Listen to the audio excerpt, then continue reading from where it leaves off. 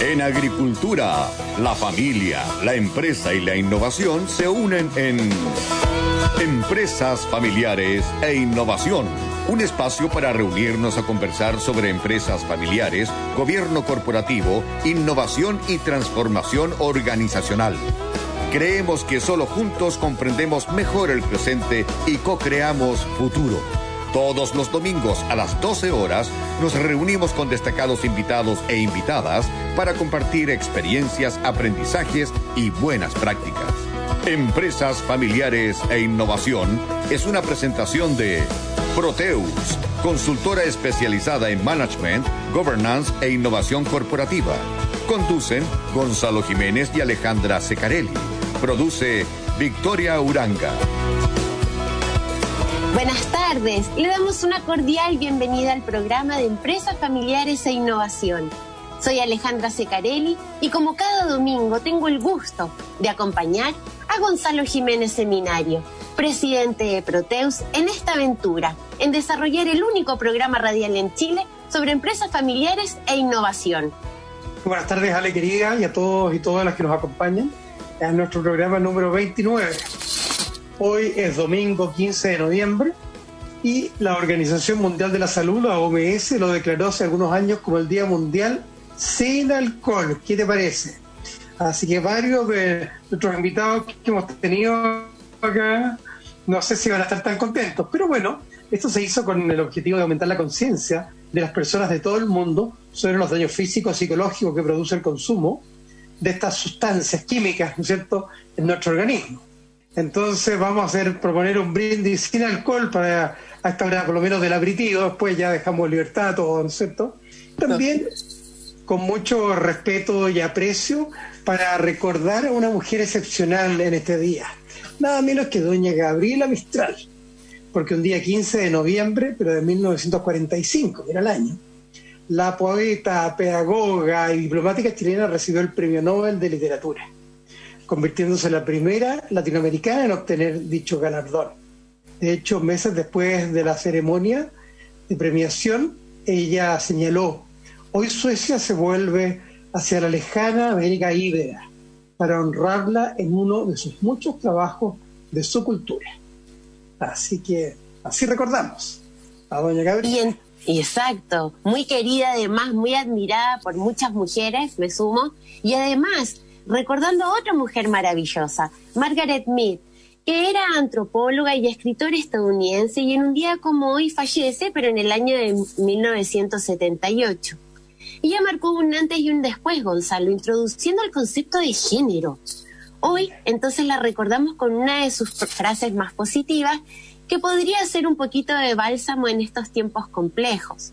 Cuando observamos las diferentes civilizaciones y vemos los muy distintos estilos de vida a los cuales el individuo ha debido conformarse y a cuyo desarrollo ha debido contribuir, sentimos renovarse nuestra esperanza en la humanidad y en sus potencialidades. Qué bonito, ¿eh? Fíjate que concuerdo mucho con esas ideas tan profundas. A veces estamos tan centrados en nuestros munditos individuales que se nos olvida que a lo largo de la historia como seres humanos siempre hemos encontrado, ¿no es cierto?, la manera de superarnos y de crecer como sociedad, sin perjuicio de periodos oscuros, de dificultades. Margaret Mead, ¿no es cierto?, con esa cita nos refuerza esta visión positiva hacia las personas. Entonces te invito a que tomemos esa hebra para conversar de los humanos y sus relaciones. Tu columna, publicada esta semana en El Pulso, en el diario La Tercera, habla de compromiso, o en realidad, mejor dicho, de precompromisos y de confianzas. Tal cual, Ale, en realidad, más que una hebra, los precompromisos son como hilachas, pero hilachas buenas, ¿no es cierto?, en el fondo. Y efectivamente en esa columna tratamos de tomar los aprendizajes que el mundo de la innovación entrega y que pueden aplicarse, por ejemplo, al proceso constituyente que estamos viviendo y sobre todo lo que podemos aprender desde el mundo de la innovación para responder a tres preguntas que están como gravitando, que uno lo ve en el debate público, en la discusión. Por ejemplo, ¿serán de confiar los actores que sean finalmente seleccionados por el proceso constituyente? ¿Tendrán los incentivos correctos para hacer lo correcto también? ¿Se producirán intentos de aprovechamiento, presiones? Bueno, fíjate que esas son inquietudes muy similares y eso es lo que tratamos de reflejar en nuestra columna, a la similitud que tienen con las preguntas que enfrentan los innovadores expertos. Por lo tanto, hay una posibilidad de un poderoso aprendizaje en ese sentido si pensamos cómo ellos responden ese tipo de preguntas. En tu columna propones invertir el orden típico que se usa, ¿no?, que empleamos todos para comprometernos en algo que es impredecible. Contar con la confianza necesaria que lo posibilite. Pero también resuena contraintuitivo. ¿Cómo será lo posible? Claro, mira, bueno, a menudo la frase clásica es: sin confianza no hay compromiso. Lo bonito, lo interesante, lo motivador y desafiante es que los innovadores parten paradojalmente del lado opuesto, en que plantean la confianza no es necesaria para emprender, aunque suene bien contraintuitivo. No hacen falta tantos incentivos, árbitros, ni el leviatán estatal, ni tantas morales o ideologías piadosas. La clave está en esa pequeña hilacha, o hebra, ¿no es cierto?, de los precompromisos, que permiten salir jugando, entrar jugando, mejor dicho, de una manera práctica y pragmática. Ah, no, pero espérate, por favor, explícame qué son entonces esos compromisos o precompromisos que hacen posible avanzar sin necesariamente contar con la confianza como un elemento previo. Mira, los precompromisos, Ale, son restricciones autoimpuestas, que nos autoimponemos, ¿no es cierto?, y que de alguna manera limitan nuestras decisiones futuras.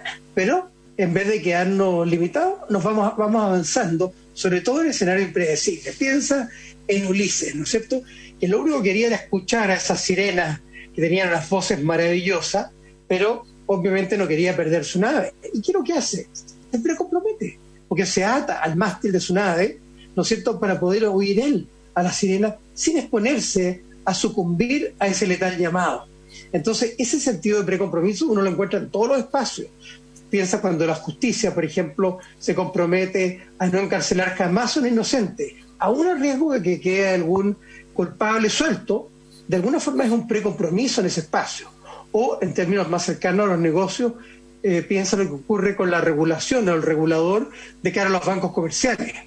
El regulador controla a los bancos comerciales porque los fuerza a precomprometerse con reservas proporcionales a los riesgos que ellos toman, bajo la advertencia de severas sanciones. Y de esa manera se evita tener que predecir sus estrategias.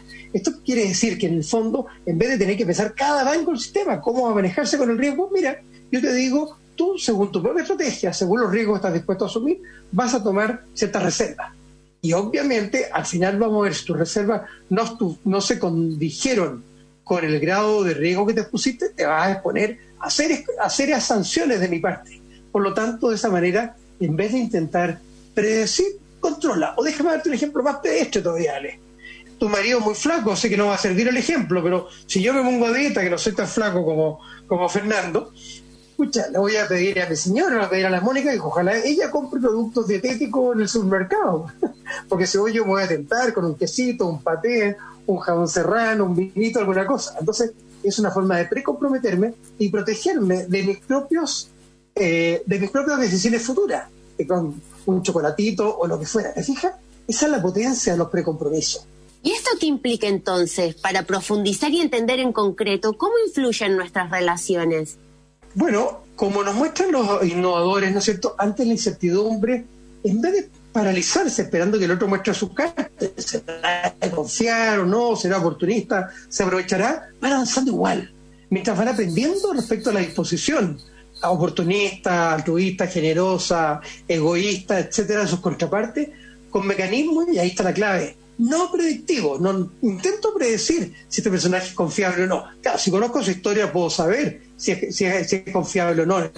Entonces, ahora, tú me podrás preguntar, bueno, ¿significa esto que tenemos que exponernos y hacernos vulnerables en condiciones de riesgo e interdependencia con el otro? Sí, sin duda, por supuesto. Ahora, ¿dónde está la clave? Es que no lo hacemos ciegamente. Pues la clave es no arriesgar más allá de ese principio clave del emprendimiento y la innovación, que es la pérdida aceptable. ¿Cuánto estoy dispuesto a apostar? Entonces, de esa forma, estamos recogiendo una serie de recomendaciones, por ejemplo, del famoso académico Albert Hirschman, que sugiere también precomprometernos, ¿no es cierto?, a darnos voz unos a otros en un diálogo continuo y así ir creando nuevas opciones, en un proceso en el cual, si lo hacemos bien y vamos respondiendo y vamos comprometiéndonos y avanzando, vamos desarrollando lealtad y también respeto mutuos. Entonces, si este compromiso con la acción, porque igual hay un compromiso con la acción, ayuda a construir un todo compartido al innovar, ¿por qué no podríamos usarlo para co-crear, ¿no es cierto?, un mejor futuro para nuestro querido país? Lógico, me hace muchísimo sentido. ¿Y cuáles crees que son las principales dificultades de aplicar esto en el debate ciudadano y en el mundo empresarial? ¿Por qué no? Mira, fíjate, Ale, que en realidad las dificultades, obstáculos, desafíos de aplicarlo en esos dos mundos son casi iguales. Son muy parecidas porque tienen que ver con ser capaces de salir de nuestro círculo de confort, en que todos compartimos los mismos paradigmas o modelos mentales, pensamos de la misma forma y nos sentimos muy tranquilos ahí. Pero obviamente si no quiere llegar más allá y si queremos construir un país para todos, obviamente tenemos que ir un poco más allá de ese sector o de esos círculos en que nos sentimos cómodos. Y por lo tanto viene el desafío de, ¿podré confiar en esa persona? ¿Se aprovechará? ¿Cómo lo hago? Entonces, y eso tanto para, como digo, para emprender, innovar o para construir país en los momentos que estamos viviendo. Y por lo tanto ahí es donde uno dice, mira, tomemos este criterio de la pérdida aceptable. ¿Cuánto estoy dispuesto a precomprometerme?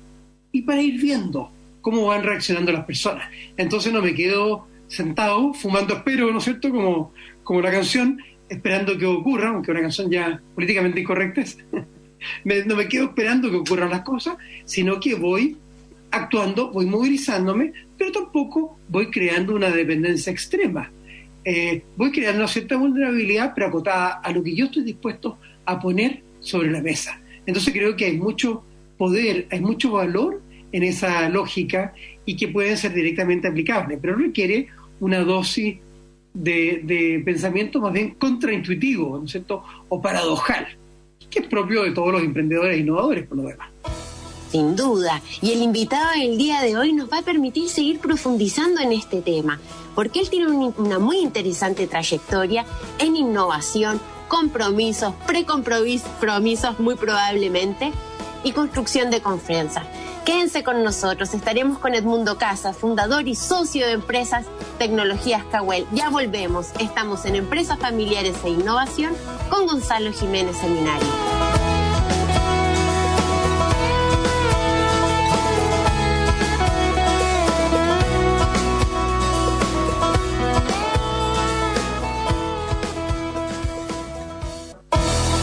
En agricultura estamos en Empresas Familiares e Innovación con Gonzalo Jiménez Seminario. Ya estamos de vuelta. Queremos que sean muchos quienes se quieran sumar como auspiciadores en esta aventura por compartir aprendizajes sobre familias empresarias e innovación. Y como lo habíamos anunciado en el día de hoy, nuestro invitado de lujo, Edmundo Casas Cárdenas. Edmundo es ingeniero civil electrónico, con especialidades en control automático y electrónica de la Pontificia Universidad Técnica Federico Santa María. Además, magíster en gestión empresarial en la misma universidad y es certificado en disciplinas de innovación, Universidad de Stanford, y certificado en entornos de emprendimiento en el Institute of Americas de San Diego, California.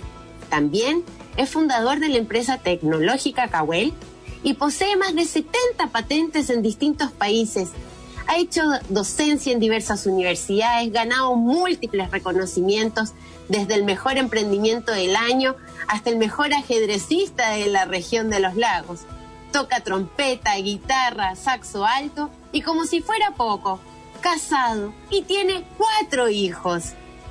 Muy bienvenido, Edmundo.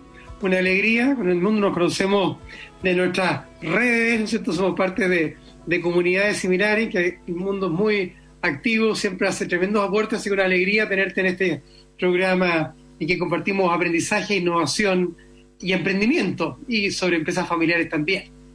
Gracias, Gonzalo, por la invitación. Muy contento de estar con ustedes conversando acá. Bueno, permitime, Edmundo, tirarme de cabeza. ¿Cómo es esto de tu comienzo, que viene Quilacagüín y que te formaste en un colegio jesuita? ¿De qué manera tus orígenes están presentes en quién eres hoy? Mira, qué bonita pregunta. Sí, yo nací en cerca de San Pablo, digamos, que es un pueblo muy chiquito. Eso ahí está Quilacagüín, está Trumao, que es puro campo hasta el día de hoy. Y son lugares muy, muy bonitos. Quilacagüín hoy día sigue siendo un pueblo pequeño, donde yo viajo de forma más o menos permanente, al menos una vez al año estoy visitando a mi familia y mi abuelo que está sepultado, digamos, ahí en el cementerio de Quilacagüín, y por otro lado San Pablo, que también es un pueblo chiquitito de la 10ª región, donde ahí está mi padre y toda, digamos, mi familia en general. Desde niño siempre he estado asociado al campo, ¿ya?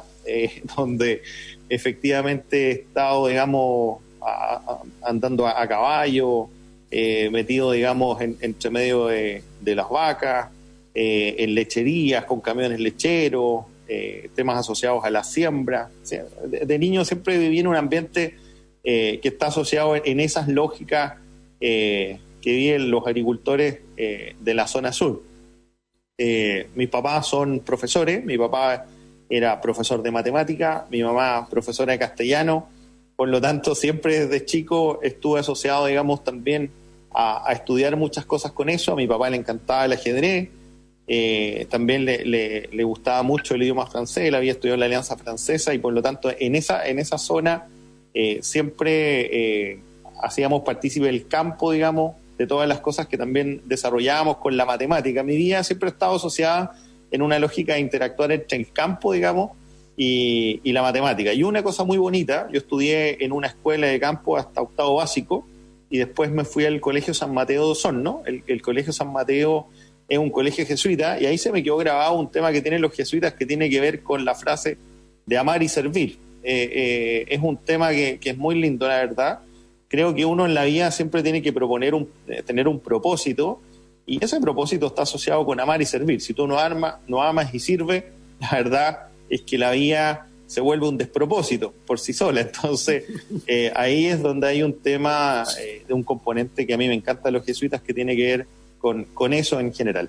Claro, fíjate que eso que dices tú encuentro que es muy valioso porque refleja mucho la realidad de muchos innovadores y emprendedores, esa mezcla de mundos, las habilidades matemáticas, los temas culturales que habrán venido de la historia de tu padre, que estudió el mismo colegio que estudié yo, en buena parte de mi vida, en la Alianza Francesa, en fin, que un colegio que abre mundos muy distintos de los habituales, pero tuve interés por las matemáticas, el campo. Entonces creo que esa mezcla de repente es lo que genera los mayores cambios. Gente más innovadora, uno piensa, Steve Jobs, sin sus clases de caligrafía, sin el gusto por el zen, por el diseño, no nos habría regalado el Apple que nos regaló. O Van Gogh, ¿no es cierto?, sin la mezcla del arte y la religión, no habría cambiado la historia de la pintura moderna.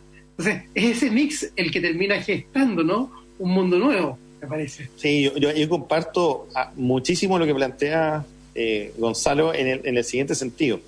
Yo efectivamente de chico estuve en el campo, después me fui a Osorno, que ya es una ciudad, después me vine a estudiar a Valparaíso, a la Santa María, que ya era un castillo precioso al lado, digamos, del colegio. Entonces vas de una escuela de campo a un colegio que tiene un edificio, después vas a un castillo que es la Santa María en Valparaíso, y después tuve la suerte de estar en la Universidad de Stanford, que es otro castillo esplendoroso en Estados Unidos.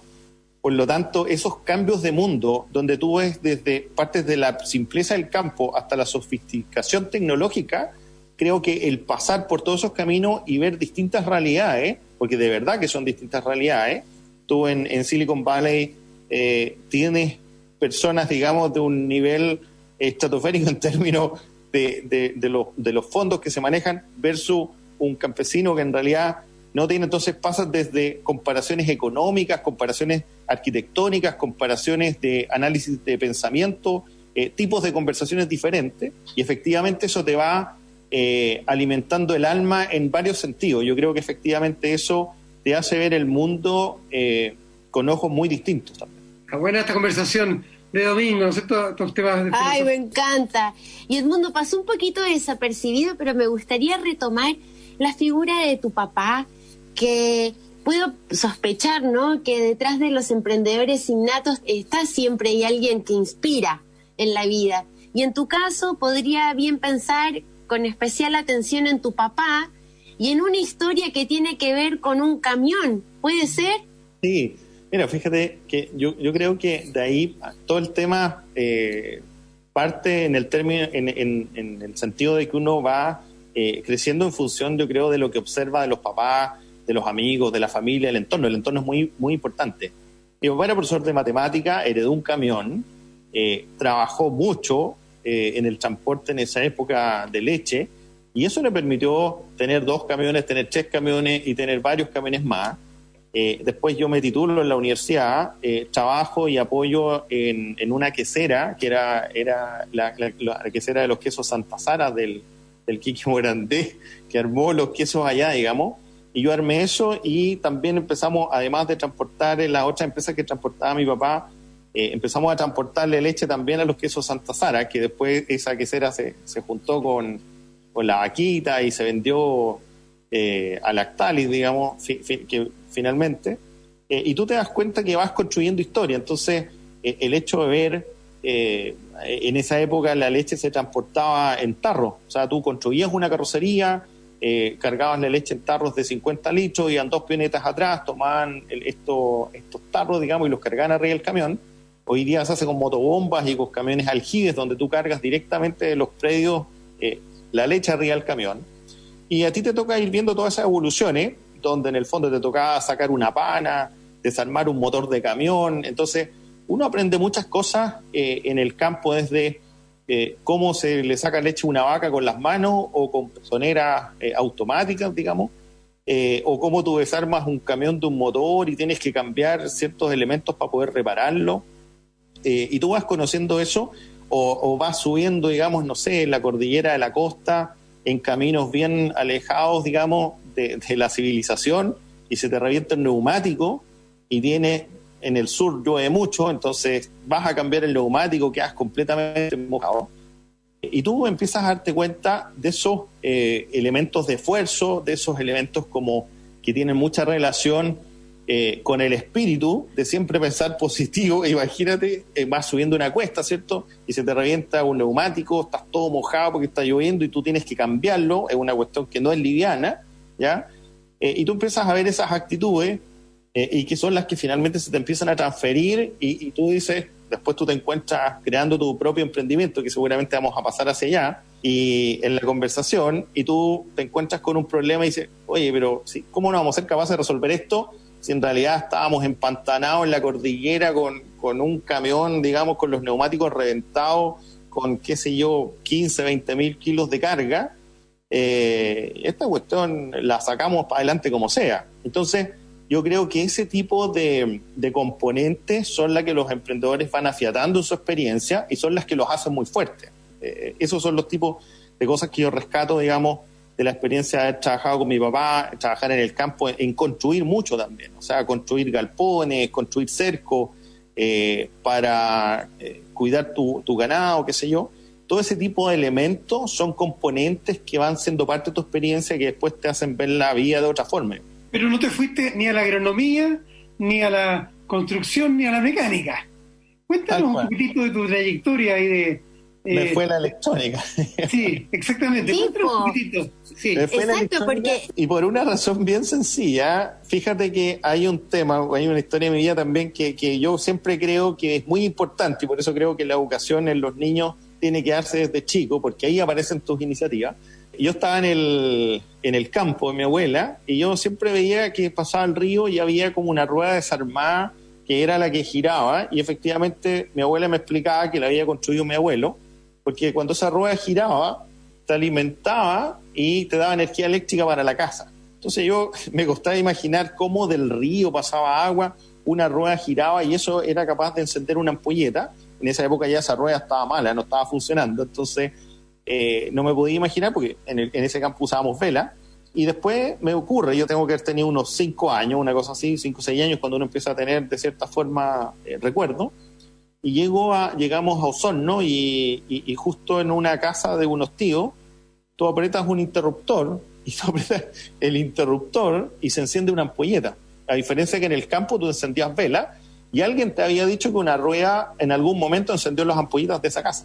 Entonces cuando llegas y aprietas un botón y la ampolleta se enciende, tú dices, oye, esta cuestión es magia, po. O sea, ¿cómo es posible que aprietes una ampolleta, se encienda y se apague? Y yo estuve en ese momento jugando, estaban todos comiendo, porque en el sur se hacen muy ricas comidas.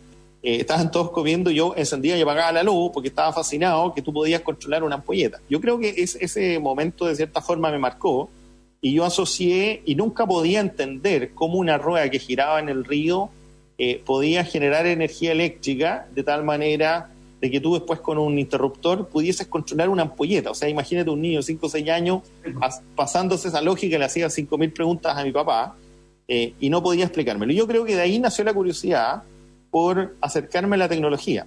Ahora, quiero hacerte avanzar un poquitito, Edmundo, y permíteme, por favor, ponerle el cohete, porque hiciste un recorrido como colaborador, como trabajador en Endesa, en Duocus, en Sony, en otras, ¿no? En este contexto de esta historia de campo, hasta propulsarte para allá. Pero además, entiendo que tuviste un salto cualitativo profundo y que tiene que ver con una fotografía.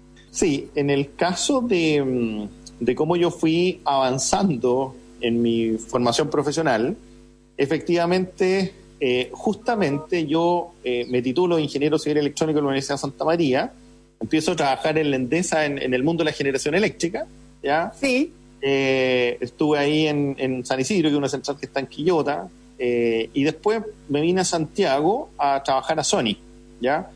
Me vine a trabajar a Sony y fíjate que ahí me pasa algo bien interesante. Yo llego al área, primero a un área técnica, como ingeniero civil electrónico, digamos, trabajaba en armar equipo, en preparar proyectos de ingeniería, ¿ya? Y después me dan tareas que están más enfocadas a temas comerciales, a cómo uno podía comercializar estos productos. Y me pasa lo siguiente, que todos mis amigos, mis compañeros de trabajo que estaban en el área comercial, todos les iba muy bien vendiendo, ¿ya? A todos les iba muy bien vendiendo.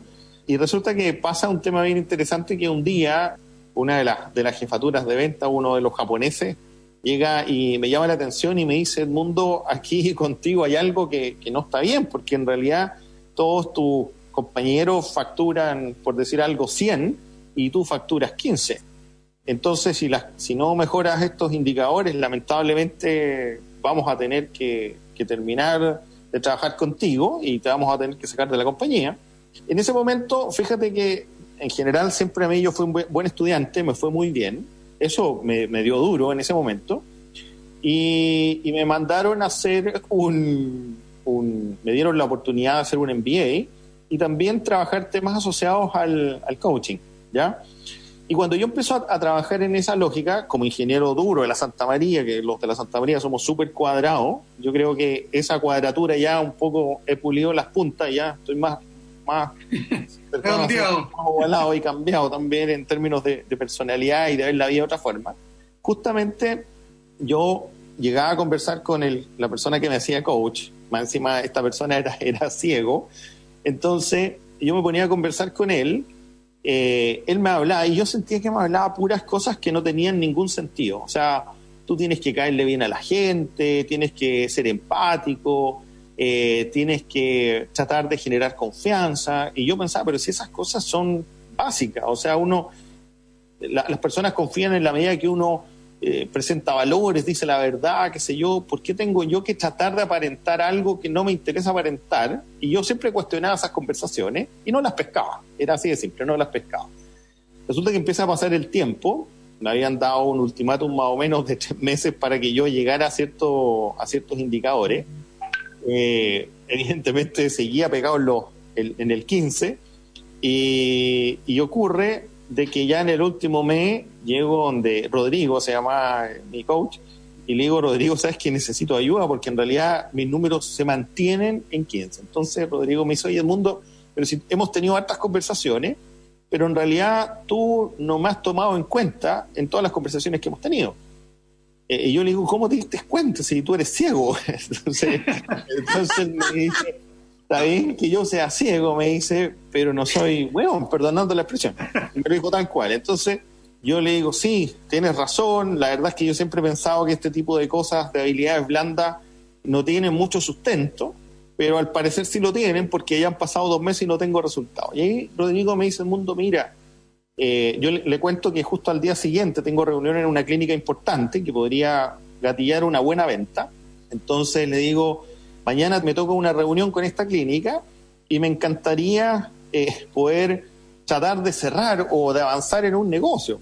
Y él me dice, Edmundo, bueno, lo que te he dicho todo el rato, genera confianza, genera cercanía, olvídate un poco de los elementos duros, tú tratas de argumentar todo por lo técnico y es natural por tu formación, pero acá tienes que generar sentimientos en el espacio de conversación. Y fíjate que ya de la manera más artificial, llego al día siguiente, me siento con este personaje enfrente, y ahí viene la historia de la fotografía. Lo único que se me ocurre es que atrás de él veo que hay una fotografía con su familia, y le digo, ¡uy, qué linda la foto que está ahí atrás! ¿Quiénes son? Era evidente que era él con su señora y sus hijos, entonces él me dice, bueno, él toma la fotografía, la pone en el escritorio, muy amable, me explica, y me dice, sí, me dijo, ella es mi señora, ellos son mis hijos, con ellos salimos de vacaciones, jugamos fútbol, qué sé yo, atrás en el patio, y me empieza a contar toda una historia, y yo desesperado porque necesitaba venderle y hacerle la presentación.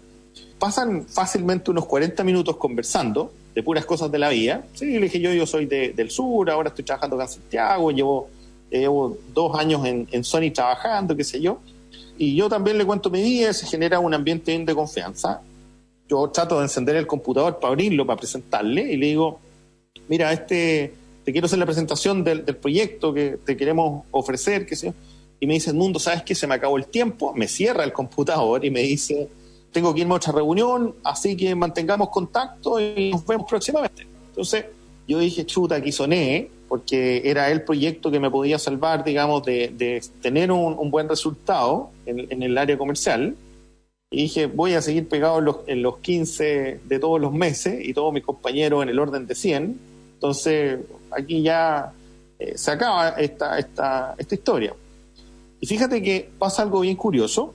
Pasan del orden de unas 2 semanas y me llega un correo electrónico de parte de él y me dice, Edmundo, con base en la confianza generada, me encantaría que ahora pasemos a la fase siguiente. Sony es una gran compañía, tiene un buen respaldo, me gustó mucho la conversación que tuvimos, ahora sería bueno que el proyecto lo evalúe el área técnica porque queremos trabajar con ustedes. Te prometo que yo en ese momento no entendía absolutamente nada, porque en el fondo dije, yo no presenté cuáles son los elementos del proyecto, sino que más bien fue una conversación donde entramos en términos de confianza. Y ahí me di cuenta de algo. Y esa confianza, cuando uno mira tu historia pasando más adelante, ¿tú sentías esa confianza cuando vendes tu auto, te vas a vivir una pensión y das el salto al vacío para crear Cahuel? Cuéntanos de esa parte, por favor. Sí, mira, fíjate que después de haber tenido esta experiencia, lo que ocurre ahí es que efectivamente empieza a ir muy bien, llegaba a todos lados y le decía, uy, qué linda la foto que tiene, y empezaba a cerrar negocios, digamos, y me empezó a ir bien, tanto así que pasé a ser uno de los buenos vendedores de la compañía. Y esa evolución, fíjate, me permitió ascender, empujar proyectos más grandes en fin. Y ocurre que pasa de nuevo un rato y digo, si tengo estas habilidades, mejor debiese pensar en crear una compañía. Y tomo la decisión de renunciar. Y ahí se da de que efectivamente no ganaba lo que ganaba en Sony. Cuando tú mandas un correo electrónico no te reciben cuando llega un correo electrónico de Sony, ¿ya? Y por lo tanto, claro, empiezo a gastarme todos los ahorros, tengo que entregar el departamento, irme a una pensión, vender el auto, ¿ya? Y ahí empiezo a hacer clases para poder financiar y pagar la pensión. Y por otro lado empezar a crear mis inventos para poder seguir empujando Cahuel. Y ahí había un tema, cuando yo tomé la decisión de renunciar a Sony, mi mamá me dice, pero ¿cómo se te ocurre? Tienes recién 26, 27 años y renuncias a una tremenda compañía donde te está yendo súper bien, qué sé yo. Entonces no podía volver al sur ni dejar el hecho de haber creado este emprendimiento y seguir empujándolo para que salga adelante. Así que ahí en el fondo me voy a una pensión y fíjate que me pasa algo bien interesante. Un día prácticamente me quedaban re pocas cosas y estaba comiendo una marraqueta con un vaso de agua. Ese era mi once. Entonces digo, chuta, no puede ser, po. estaba en Sony, ahora estoy creando esta compañía, no he vendido nada por este ego de no volver al sur, digamos, porque yo quería levantar mi empresa. Y cuando, fíjate, tengo esa imagen grabada y digo, no, esta cuestión tengo que cambiarla, tengo que ver cómo en el fondo logro vender. Y ahí empecé a pensar, y yo creo que ahí entendí por primera vez el concepto de estrategia, de entender de que uno tiene que diseñar una estrategia y en función de esa estrategia empezar a construir algún proyecto. Eso después lo constaté cuando estuve en Estados Unidos y aprendes conceptos que son muy elementales en términos de liderazgo, en términos de estrategia, en cómo construyes un negocio, y además que tienes el conocimiento técnico. Cuando tú juntas esos elementos, la verdad es que construyes cosas bien interesantes. Edmundo, por favor, permíteme interrumpirte para hacer una pausa estratégica. Vamos a tener que interrumpir un minutito para recordarle a nuestros auditores que nos pueden escribir a empresasfamiliares@agricultura.cl, que toda la información de Proteus está disponible en LinkedIn y que pueden volver a escuchar este programa o compartir el podcast a través de radioagricultura.cl. Por favor, quédense con nosotros. Ya volvemos. Estamos en Empresas Familiares e Innovación con Gonzalo Jiménez Seminario.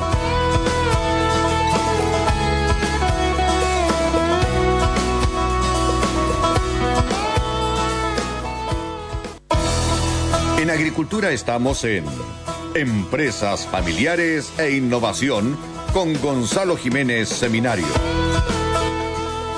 Ya estamos de vuelta, gracias por estar con nosotros. Hoy, compartiendo de esta rica conversación con Edmundo Casas en el programa de Empresas Familiares e Innovación con Gonzalo Jiménez Seminario. Edmundo, nada más estratégico de todo lo que venimos hablando también, que son los directorios, ¿no? Y desde ahí, poder preguntarte cómo es el directorio de una empresa valorizada en $350 millones y que está en varios países. Bien, esa es una muy buena pregunta. Fíjate que el año 2008, cuando nosotros creamos Cowell en el 2007, se suma en este caso don Constantino Mustaki y Alejandra Mustaki como socios de Cowell. A Alejandra le encanta lo que hacíamos en esa época y resulta que ellos se suman a apoyar este emprendimiento, y don Constantino, fíjate que él fue el que propone el tema de un directorio, y el directorio nace en esa época. Al día de hoy, ya con todos los crecimientos y las fases que ha tenido Cowell, tenemos ya un directorio compuesto por 7 personas en el caso de Chile, y yo creo que es algo clave para las compañías, como para cualquier compañía es clave tener un directorio. Pero cuenta un poquitito de Cowell, en el fondo. ¿De qué se trata Cowell? ¿Cuál es la propuesta de valor? Cuéntanos un poquitito del proyecto. Cowell es una empresa que se hizo en temas de visión artificial. Cowell nace el año 2007 con una patente donde lo primero que hicimos fue generar holograma dentro de un sistema transparente en 3 dimensiones, y generamos holograma en 3D, y después, para generar los hologramas, así como tú tienes una cámara grabadora con la que tú generas el video y después lo pasas en una pantalla, hicimos lo mismo con los hologramas. Y eso nos hizo hacernos expertos en temas de visión artificial, ¿ya? Por lo tanto, Cowell es una empresa que se dedica a la visión artificial. Hoy día monitoreamos, por ejemplo, oleoductos, líneas de transmisión, vuelan drones, aviones, van mirando con las cámaras y reconocen en tiempo real alguna posible falla o algún riesgo y lo alertan. Eso es lo que hace Cowell en su esencia. La gracia es que la visión artificial transciende un montón de mundos. O sea, tú lo puedes aplicar en calidad para alimentos, en detectar riesgos para petroleras, detectar fallas en líneas eléctricas, un montón de esas cosas. Ese es el mundo de Cowell, la visión artificial. Visión artificial. Ahora, suena muy atractivo. ¿Esto tiene potencial de convertirse en un unicornio, como le llaman a estas empresas de $1.000 millones? ¿Cómo se ve el futuro?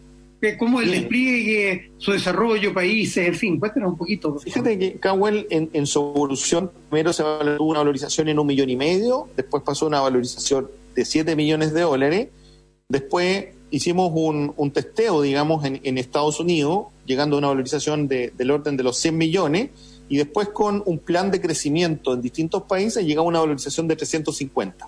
Esos 350, imagínate que si es una valorización que tenemos al día de hoy. Hoy día Cowell está haciendo una venta de acciones del 20% por $70 millones, Por lo tanto, ¿y cómo tú logras esa valorización? Básicamente porque empiezas a capturar contratos en diferentes países.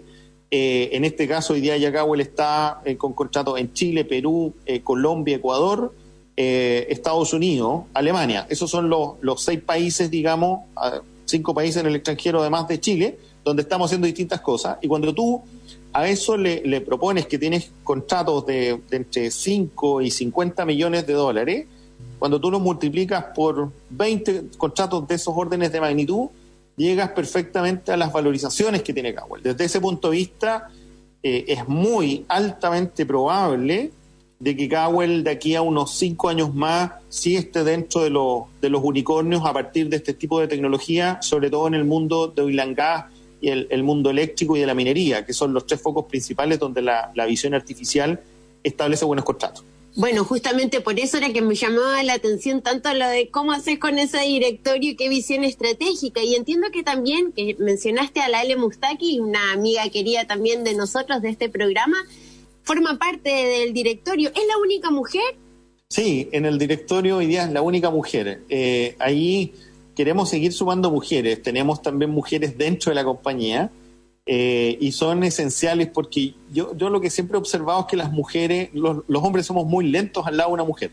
Las mujeres siempre ven un montón de más cosas que los hombres muchas veces ni siquiera nos imaginamos. Y así de simple, ni siquiera nos imaginamos. Entonces, efectivamente yo creo que ella le da un impulso a una empresa tecnológica de rubros bien duros, como por ejemplo lo son la electricidad, la minería, el oil and gas.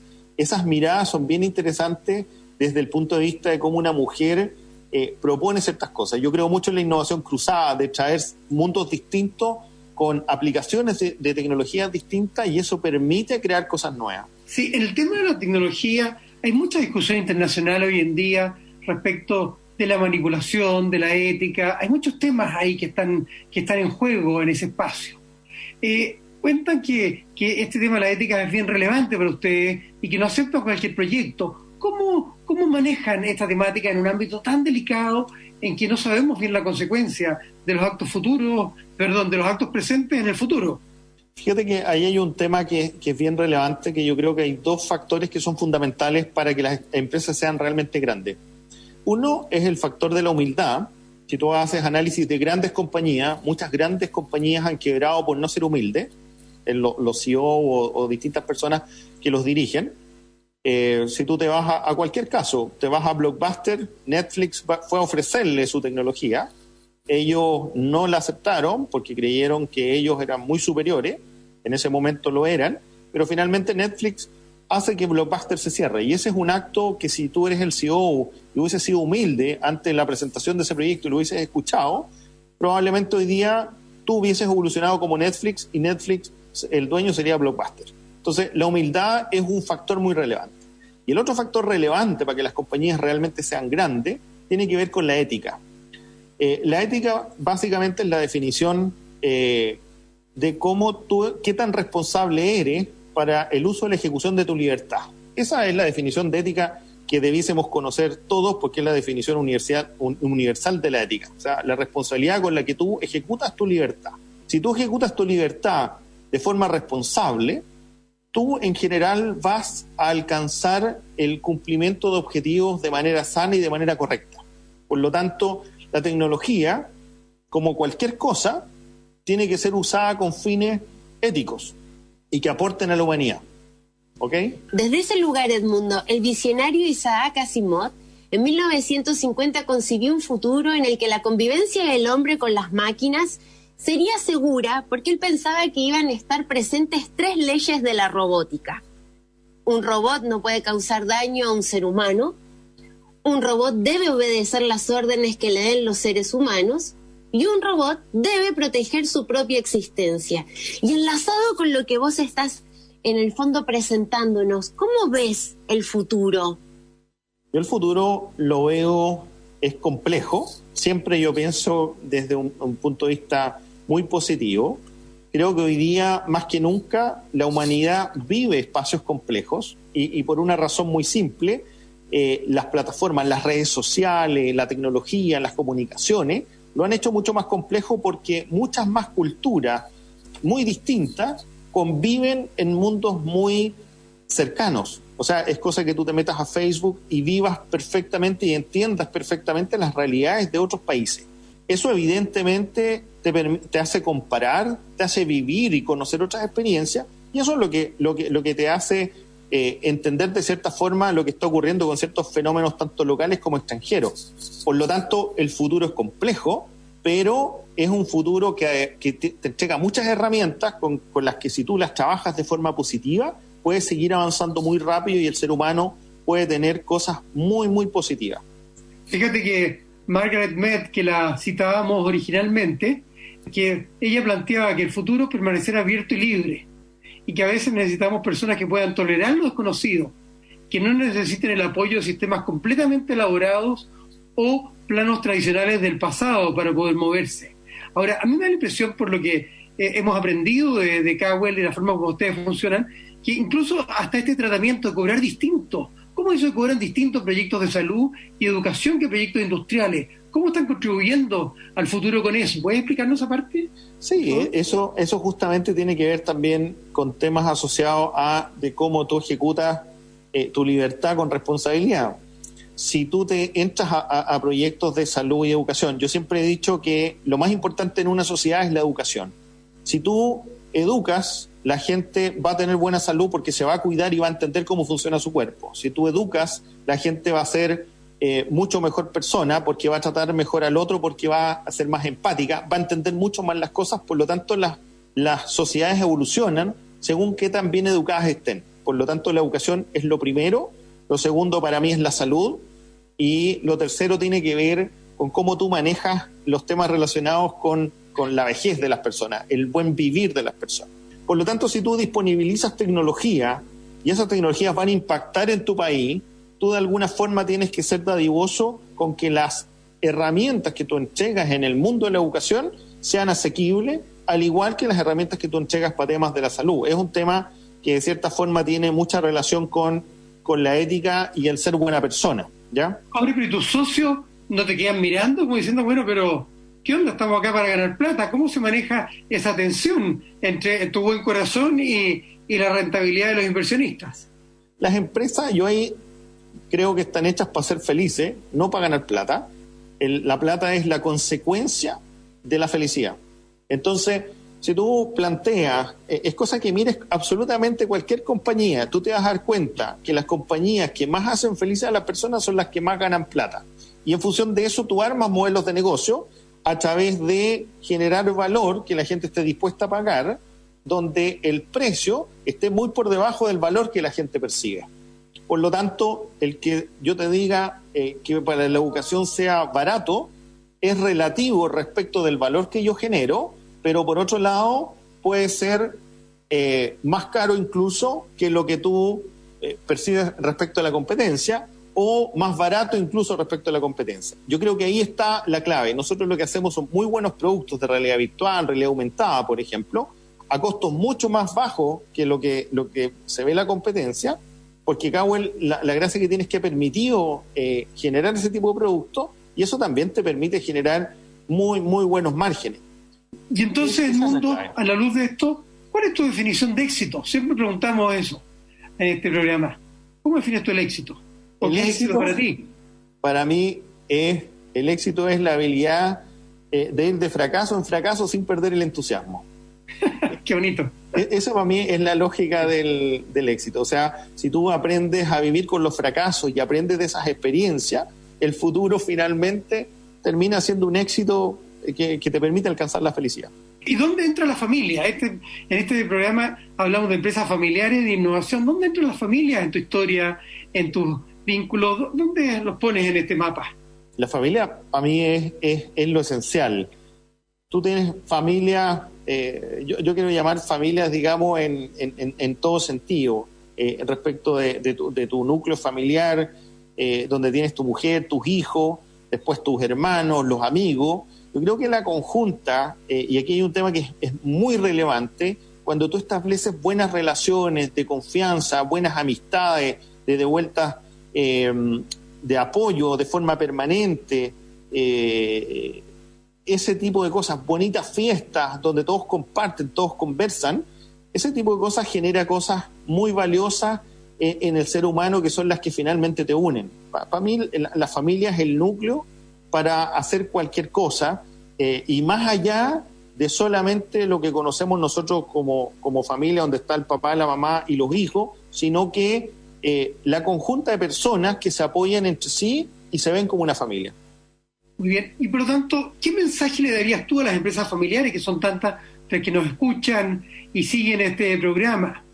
Mira, primero que todo, yo creo que hay que separar los negocios de las relaciones. Son dos cosas que siempre hay que tener de manera sumamente clara. Con mis hermanos seguimos la empresa de transporte de mi papá, lo desarrollamos, y siempre tú tienes discusiones que están asociadas a los negocios, y yo creo que una de las cosas fundamentales es que tú nunca puedes mezclar negocios con las relaciones y los lazos de amistad y familiares. Yo creo que ese es el primer punto de claridad que hay que tener.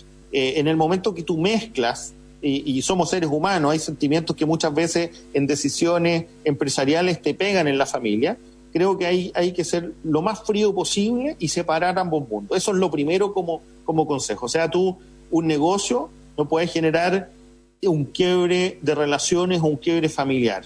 Creo que el valor de relaciones entre los seres humanos y el quererse y el sacarle frutos positivos a eso, siempre van a estar, para mí o para cualquier persona, debiesen estar por sobre cualquier negocio. Los negocios tú los construyes, los bienes materiales los puedes recuperar todas las veces que quieras, pero la relación entre las personas que se quieren y todo lo que tiene que ver con el ser humano propiamente tal, son cosas que en muchos casos no vale la pena quebrar, y hay que cuidarlo con toda la fuerza. Bueno, esperamos que en tu sueño de cara a la proyección también estés pensando en tus hijos. Si estas proyecciones increíbles de Cowell se dan, obviamente ahí va a haber una trascendencia que va a llegar mucho más allá. 1.000.000 de gracias, Edmundo, y muy fascinante realmente tu testimonio y las posibilidades, y esperamos que sigan firmes por el camino a convertirse en un próximo unicornio con la familia Mustakis y tus otros socios y colaboradores. Encantado. Ahí en unos 5 años más nos entrevistan y esperemos estar hablando desde una posición de unicornio. Encantado.